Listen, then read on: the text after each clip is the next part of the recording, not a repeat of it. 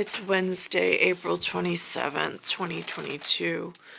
I'm watching, so it's Century 20, Decade 2, Year 2.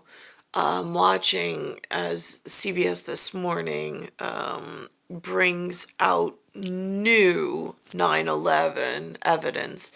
Again, not something that I am a scholar on, certainly, but I'm watching the segue and the segments that have been put up by recent events. I'm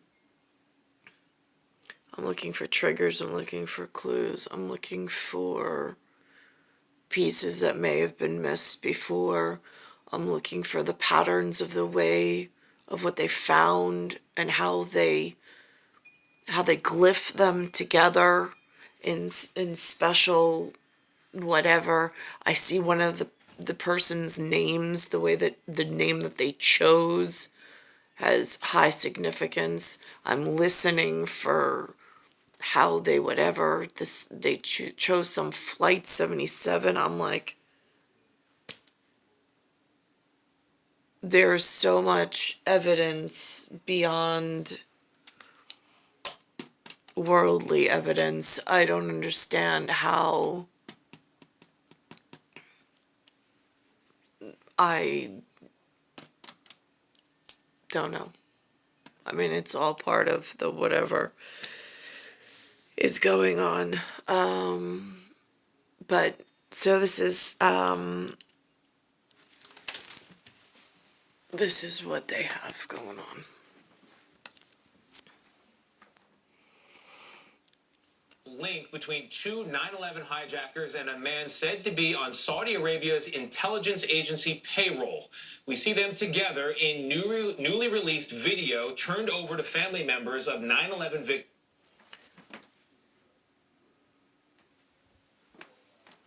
So even though it says 2000 up there, this is Century 20, Year 22. Victims last month, along with more than 14,000 pages of documents. The evidence obtained from British authorities raises new questions, actually renews an old one. Did the Saudi government assist the hijackers on 9/11? The Saudis have always denied that explosive question. Senior investigative correspondent Catherine Herridge has the story. Less than 2 weeks after 9/11, these boxes of evidence containing personal notes and videos were seized by British police in Birmingham, England. Buried inside, this home video from 2000, now being seen publicly for the first time. The event is described by the 9/11 Commission as a party at the San Diego apartment of two hijackers. While Nawaf al-Hazmi and Khalid al-Midar avoided the camera, Midar can be seen here in the kitchen. Their team would later commandeer Flight 77, slamming it into the Pentagon. The party's host, a Saudi national, Omar al-Bayoumi, who British police arrested after 9/11, and from... Now this is very interesting. Again, I didn't really follow. I mean, there's professionals who work in these fields.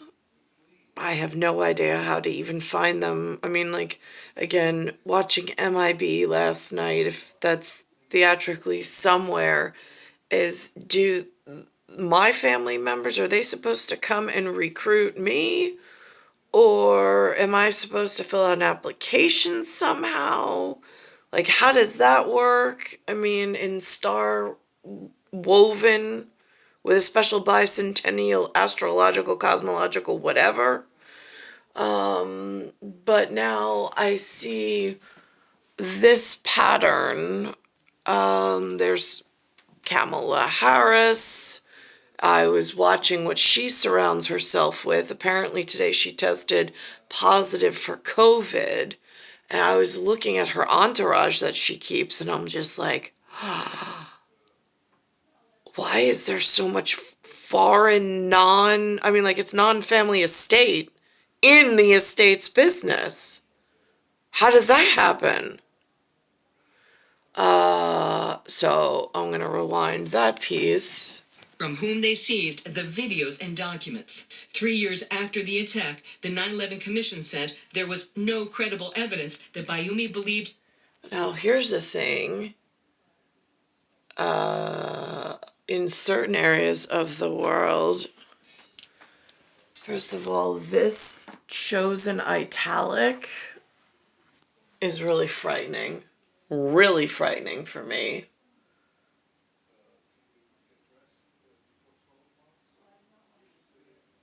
For several reasons. In violent extremism or knowingly aided extremist groups. Though a newly declassified FBI memo from 2017 reports Bayoumi was on the payroll of Saudi intelligence, a fact that was not confirmed at the time of the 9/11 Commission report. I call him a facilitator because he helped them out. Last fall, CBS News sat down with retired FBI agents Danny Gonzalez and Ken Williams, who investigated the... What I also don't understand is that when it's just a picture on the wall, its lips don't move, it makes no sounds, it holds no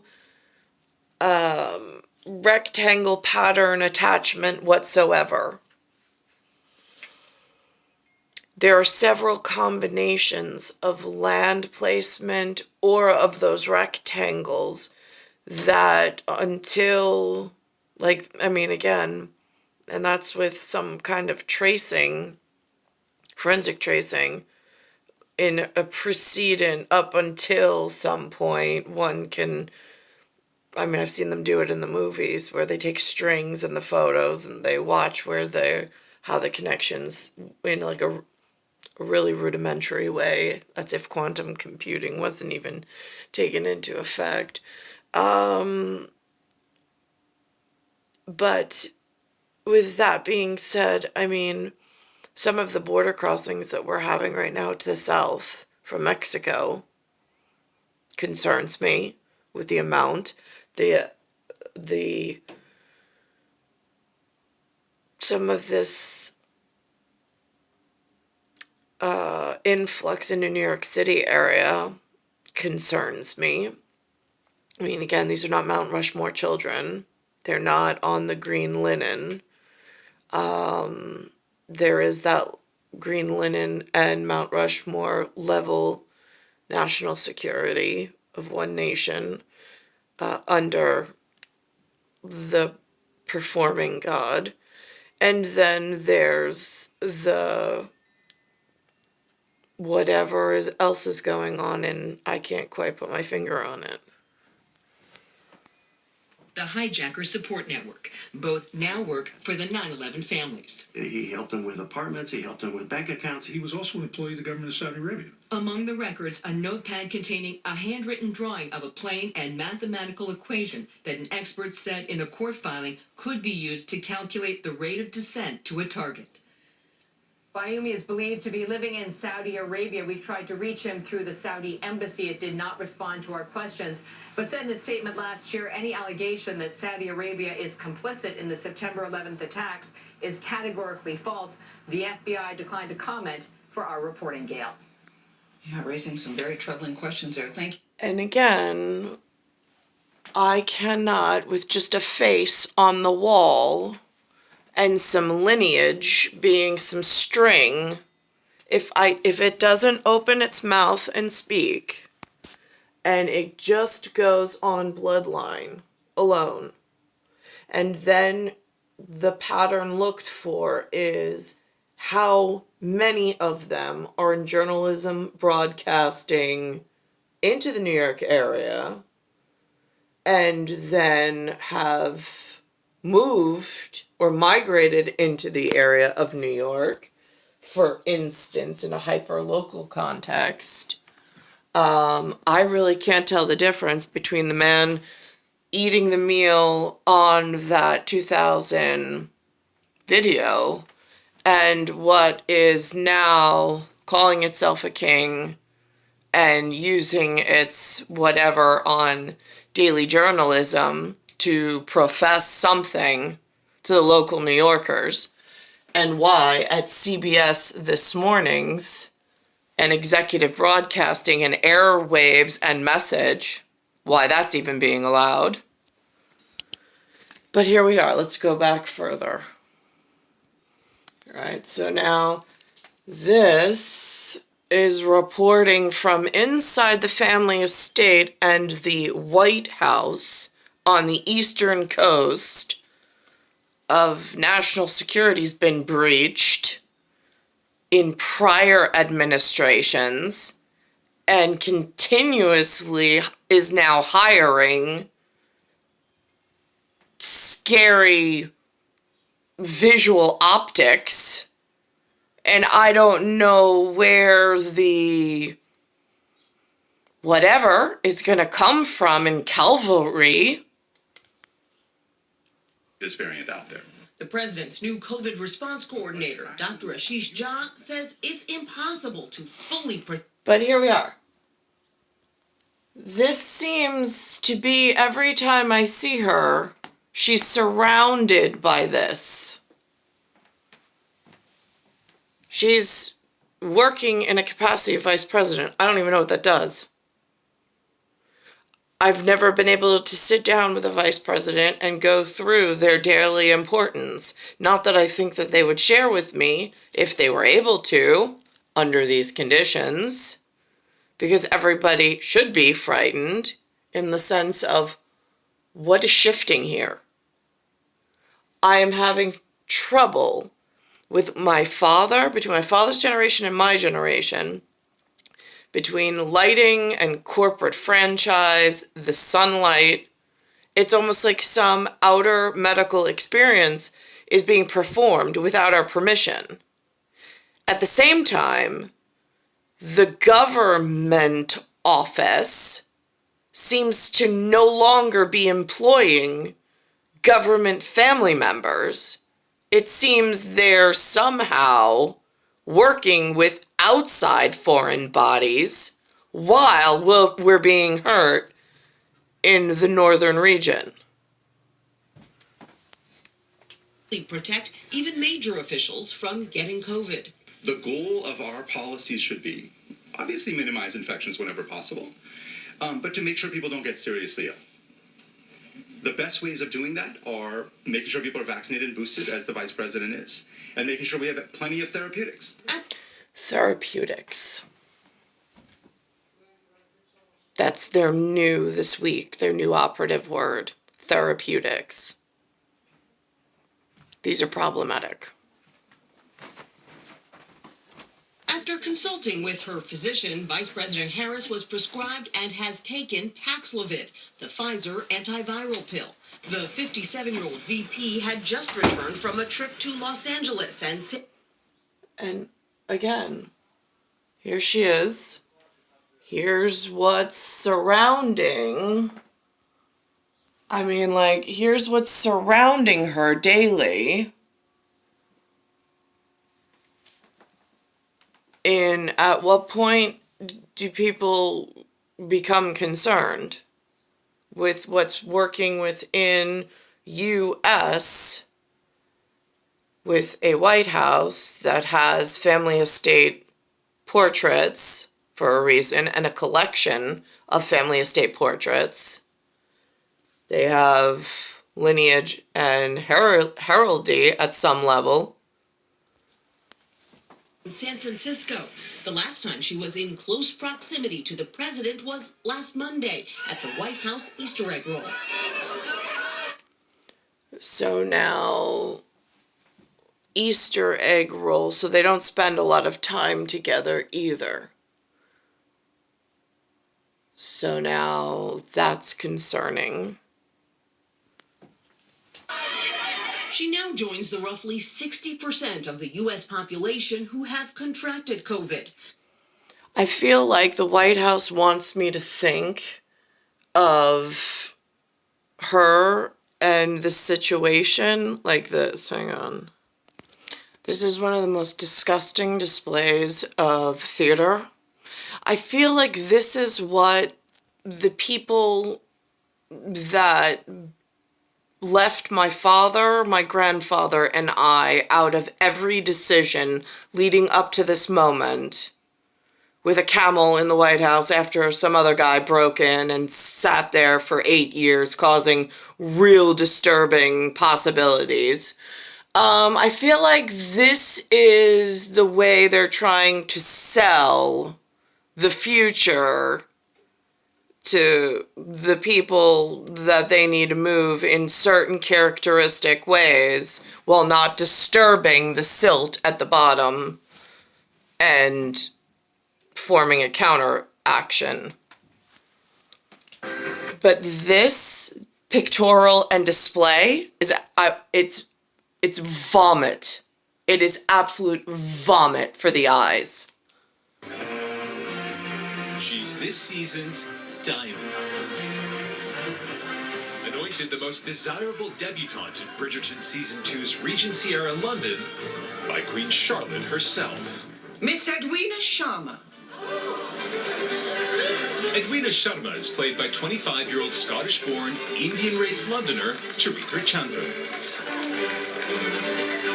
Bridgerton shows a multicultural society where there are black families, brown families, white families. But what makes Kate and Edwina different is that they are actually immigrants. They have a different culture, they have a different background. That difference is front and center in the Netflix Shondaland production, Viscount Bridgerton. where the Sheffields of the Julia Quinn novels are reimagined as the Sharmas, London is a far cry from Bombay. who arrived from India to navigate the competitive marriage market of 1800s London. I feel like this is modern day politics, trying some sales pitch or some attempt at whatever they need because 9/11 actually happened and there's actually a camel and a whole staff that nobody gets to see or interview or even know what they're planning for the future, what their setup is. Totally in the dark as far as the voters and the people who will be affected by all of those decisions made while they're quietly hiding in some lesser spoken of break-in to White House level security. When a suitable suitor arrives in the shape of Jonathan Bailey's Anthony Bridgerton, Refreshing indeed. he woos Edwina, but soon Whole thing totally disgusting. Now I know somewhere in heaven space they created one Big Brother for me, possibly more, in some kind of Zodiac US Coast Guard like rescue boat, and he's like life size, the size of a US Coast Guard, like somebody special, like intrepid level, like somebody special in comparison to my size. So now, being that he's that big somewhere in the world or has the ability to move that big, and I am stuck here in baby shark territory, trying to just report in what it feels like to be left in the field, and any kind of biological or physiological interactions that are somehow whatever for future generations and future family members for the New York area. I then am looking at, so that Bridgerton is the most disgusting display of theater. It absolutely makes me want to vomit, especially being in this position and held here for no reason when this was not how my story began, but this is how it's evolved into. And then I see on this morning some MLB and Bally Sports about a dad, maybe a big brother, maybe a dad, they say it's a dad, holding his baby in a baby sling on his chest and a bottle, still feeding the baby, and catches a fly ball. That's kind of what is needed. That's kind of what I expect at this point. I'd be there to help, but I'm at this point in a position where you can't do everything yourself. Happy Nice job. While feeding the baby. Wow. Holds the bottle, no spillage, baby in perfect bliss, and a souvenir. Mom liked it too. Yeah, Jacob said the baby's safety comes first, of course. That is how it's done, Tony. Yeah, that's really ace level with the carrier move, Right. the one hand. The one hand with the bottle. How come it doesn't hurt your hand? They're using gloves. Why doesn't it hurt your hand when you catch it with no glove? Yeah, that's the least interesting thing about this. You just caught a bouncing ball. This is the father who had the baby born in one hand feet. The baby, it was cool. It was a cool night. The hood was up. I mean, like it was infallible fathering. Fair enough. It was incredible. Am I the only one that won? And I will say, it looked like the ball. It looked like the ball was bouncing toward his wife, so he might have actually helped her as well. That was really, really fun. It feels like the conversation was going this way, and all of a sudden this just derails or tries to modify the conversation or take it in a direction. But I'm proud of Mr. DeCopel this morning for pulling it right back on path for the way that he wanted it to be spoken of. It's star 1978, star 8378, Nicole, Cattaruzza, it's Earth, Solar System, Milky Way, Universe, Galaxy is broken, and it's Bayside Station, Bayside, New York, 11361.